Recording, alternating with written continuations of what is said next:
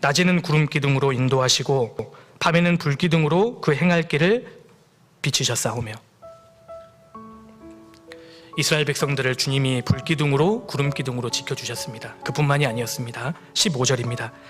저희의 주림을 인하여 하늘에서 양식을 주시며 저희의 목마름을 인하여 반석에서 물을 내시고 또 주께서 옛적에 손을 들어 맹세하시고 주마하신 땅을 들어가서 차지하라 명하셨사오나. 하나님은 출애굽한 이스라엘 백성들을 반석에서 물을 내셔서 마시게 하셨고 하늘 양식을 준비하셔서 그들을 먹이셨습니다. 그들을 버리지 않고 끝까지 인도하셨습니다. 그런데 이스라엘은 그런 하나님을 배반했습니다. 16절입니다. 저희와 우리 열조가 교만히 하고 목을 굳게 하여 주의 명령을 듣지 아니하고 거역하며 주께서 저희 가운데 행하신 기사를 생각지 아니하고 목을 굳게 하며 패역하여 스스로 한 두목을 세우고 종되었던 땅으로 돌아가고자 하였사오나. 이 말씀은 가데스 바네아의 반역 사건을 말하는 겁니다. 10명의 정탐꾼들이 그 땅은 좋은 땅이기는 한데 우리가 도저히 차지할 수 없습니다. 우리는 그들 앞에서 메뚜기였습니다. 이렇게 보고하니까요, 이스라엘 백성들이 초상집처럼 울기 시작합니다. 그리고 두려워지기 시작하고 교만해지니까요, 하나님 말씀에 불순종합니다. 심지어 금송아지까지 숭배합니다. 18절. 또 저희가 송아지를 부어 만들고 이르기를 이는 곧 너희를 인도하여 애굽에서 나오게 하신 하나님이라 하여 크게 설만하게 하였사오나.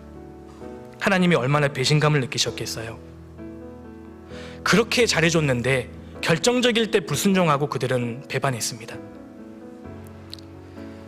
만약에 제가 하나님이었다면요, 저는 그때부터 만나를 끊어버립니다.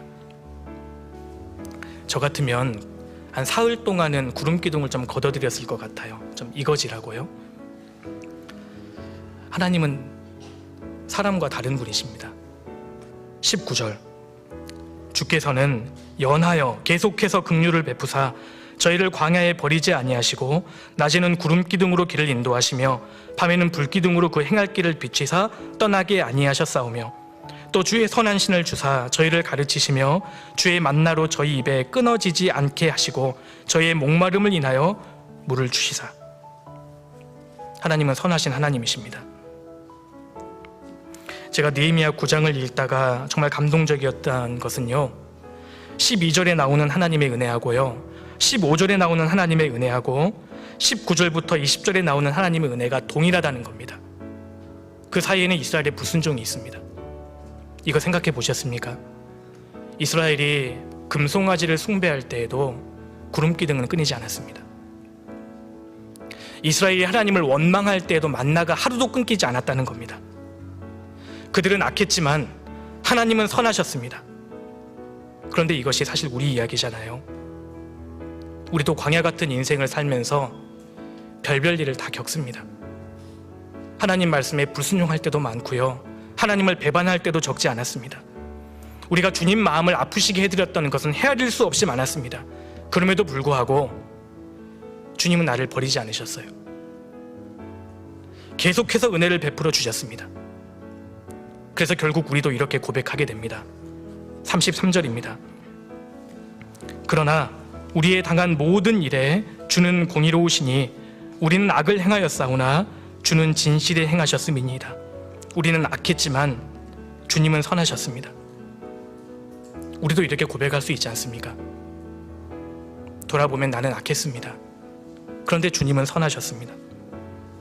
주님이 선하시다는 것은 내 인생에 단 한순간도 주님이 무관심하지 않으셨다는 의미입니다. 침 삼킬 동안도 주님은 나를 내버려 두지 않으셨습니다. 하나님은 나에 대해서 한 번도 마음이 냉랭해지신 적이 없으십니다. 주님은 선하십니다. 이 선하신 하나님을 우리가 묵상할 때마다 다시 일어날 수 있습니다. 우리는 구원받은 이후에 육신과 죄와 세상과 끊임없이 싸웁니다.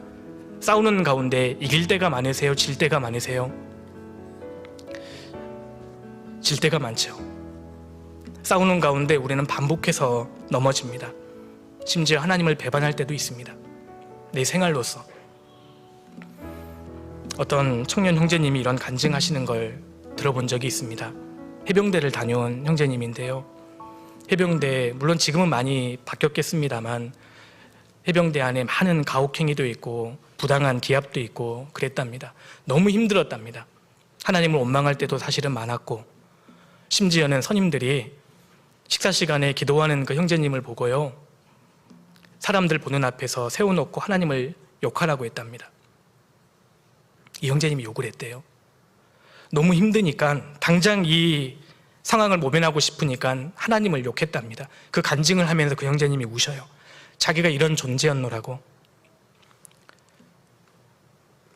그런데 심지어 사람들 앞에서 입으로 하나님을 욕한 그 하나님의 자녀가 지금 다시 신앙생활을 하고 살 수 있는 원동력이 뭐겠어요? 다시는 그렇게 하지 않겠다는 의무감이 아닙니다. 그럼에도 불구하고 하나님이 나를 받아주셨다. 이것 때문에 다시 일어설 수 있는 거지 않습니까? 우리가 때로 넘어지면, 수차례 반복하고 수천만 번 넘어지면 나 자신을 자책하고 나 자신이 미워집니다. 그리고 영적 열등감에 빠지는데 마귀는 그때 내 마음에 불화살을 날립니다. 넌 이미 틀렸어. 넌 이미 틀려먹었어. 그때 우리는 시선을 하나님께 돌려야 합니다. 그럼에도 불구하고 하나님은 나를 버리지 않으셔요. 선하신 하나님께서 나를 사랑하신다. 이것을 우리가 잊지 말아야 합니다. 나의 평생에 주의 선하심과 인자하심이 정녕 나를 따를 것이다. 생각해 보십시오. 주님의 구름 기둥과 불 기둥은 여전히 내 위에 있지 않습니까?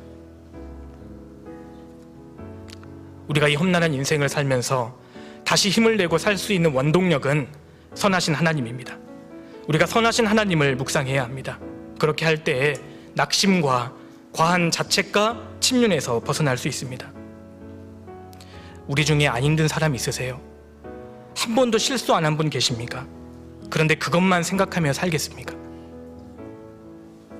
내 자신에 집중하지 않고 그럼에도 불구하고 나를 사랑해 주시는 선하신 하나님, 그 하나님을 묵상해야 합니다. 다윗이 이렇게 고백합니다. 내가 지극히 높으신 하나님께 부르짖으며 곧 나를 위하여 모든 것을 이루시는 하나님께로다. 다윗뿐만이 아닙니다. 우리에게도 마찬가지입니다. 주님은 나를 위해서 모든 것을 이루고 계십니다. 우리 하나님은 선하신 하나님이십니다.